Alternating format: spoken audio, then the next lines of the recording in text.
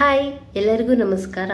ನಾನು ತುಂಬ ದಿನದಿಂದ ಒಂದು ವಿಡಿಯೋ ಮಾಡಬೇಕು ಅಂತ ಅಂದ್ಕೊಳ್ತಿದ್ದೆ. ಏನಪ್ಪ ಅದು ಅಂತ ಅಂದರೆ, ಜಾತಿ ಮತ್ತು ಆದಾಯ ಪ್ರಮಾಣ ಪತ್ರದ ಬಗ್ಗೆ ಅರ್ಜಿ ಸಲ್ಲಿಸುವುದರ ಬಗ್ಗೆ ಸಂಪೂರ್ಣ ಮಾಹಿತಿ.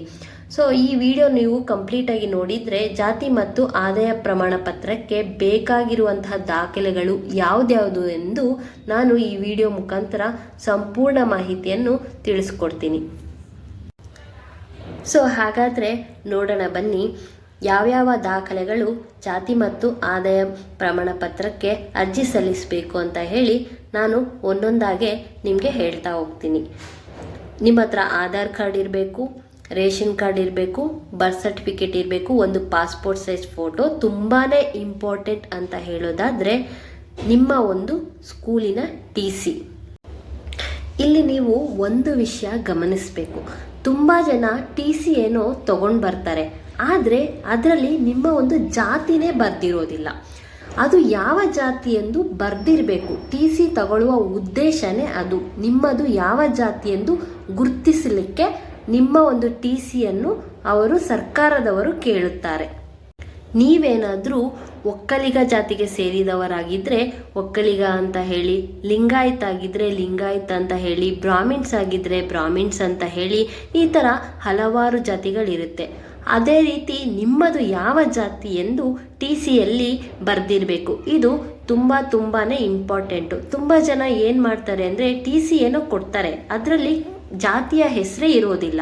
ಅದರಲ್ಲಿ OBC ಜನರಲ್ ಹಿಂದೂ ಅಂತ ಇರುತ್ತೆ. ಸೊ OBC ಜನರಲ್ ಹಿಂದೂ ಅಂದರೆ ಎಲ್ಲರೂ ಬರ್ತಾರೆ. ಸೊ ಹಾಗಾಗಿ ಇದನ್ನು ಸರ್ಕಾರದವರು ಒಪ್ಪುವುದಿಲ್ಲ. ನಿಮ್ಮ ಜಾತಿ ಯಾವುದು ಅಂತ ಹೇಳಿ ಸ್ಕೂಲ್ TCಯಲ್ಲಿ ಬರ್ದಿರಲೇಬೇಕು. ಇದನ್ನು ತುಂಬ ಗಮನಕ್ಕೆ ತೆಗೆದುಕೊಳ್ಳಿ ಈ ಒಂದು ವಿಷಯವನ್ನು. ಸೊ ಕೊನೆಯದಾಗಿ ಹೇಳೋದಾದರೆ, ಯಾರೆಲ್ಲ ಜಾತಿ ಪ್ರಮಾಣ ಪತ್ರ ಮಾಡಿಸ್ತಾ ಇದ್ದೀರಲ್ಲ, ನಿಮ್ಮ ಮಕ್ಕಳ ಒಂದು ವಯಸ್ಸು 18 ವರ್ಷ ಆಗಿದ್ದರೆ ಯಾವುದೇ ಒಂದು ತಂದೆಯ ಆಧಾರು ಬೇಕಾಗಿಲ್ಲ. 18 ವರ್ಷಕ್ಕಿಂತ ಕಡಿಮೆ ಇದ್ದರೆ, ಅಂದರೆ 17 ವರ್ಷ ಆಗಿದ್ದರೆ ತಂದೆಯ ಆಧಾರನ್ನು ನೀಡಬೇಕಾಗುತ್ತೆ. ಹಾಗೆ ನಿಮಗೆ ಒಂದು ಡೌಟ್ ಕೂಡ ಬರ್ಬೋದು, ಮೇಡಮ್ ಎಲ್ಲರ ಹತ್ರನೂ ಬರ್ತ್ ಸರ್ಟಿಫಿಕೇಟು ರೇಷನ್ ಕಾರ್ಡು ಇರುವುದಿಲ್ಲ, ಹಾಗಾದರೆ ಏನು ಮಾಡೋದು? ಬರ್ತ್ ಸರ್ಟಿಫಿಕೇಟು ರೇಷನ್ ಕಾರ್ಡ್ ಅನ್ನೋದು ನಿಮಗೆ ಆಪ್ಷನಲ್. ನಿಮ್ಮ ಹತ್ರ ಇದ್ದರೆ ಕೊಡ್ಬೋದು, ಇಲ್ಲ ಅಂತ ಅಂದರೆ ಇಲ್ಲ. ಮತ್ತೊಂದು ಮುಖ್ಯವಾದ ವಿಷಯ ಏನಪ್ಪ ಅಂತಂದರೆ, ಯಾರು ಅರ್ಜಿ ಸಲ್ಲಿಸ್ತಾ ಇದ್ದೀರಾ ಅಲ್ವಾ, ಅವರ ಒಂದು ತಾಯಿ ಹೆಸರನ್ನು ಕೂಡ ಹೇಳಬೇಕಾಗಿರುತ್ತೆ. ಇದಿಷ್ಟು ಜಾತಿ ಮತ್ತು ಆದಾಯ ಪ್ರಮಾಣ ಪತ್ರ ಅರ್ಜಿ ಸಲ್ಲಿಸುವುದರ ಬಗ್ಗೆ ಮಾಹಿತಿ. ನಿಮಗೆಲ್ಲರಿಗೂ ಈ ವಿಡಿಯೋ ಉಪಯುಕ್ತವಾಗಿದೆ ಅಂತ ನಾನು ಭಾವಿಸ್ತೀನಿ.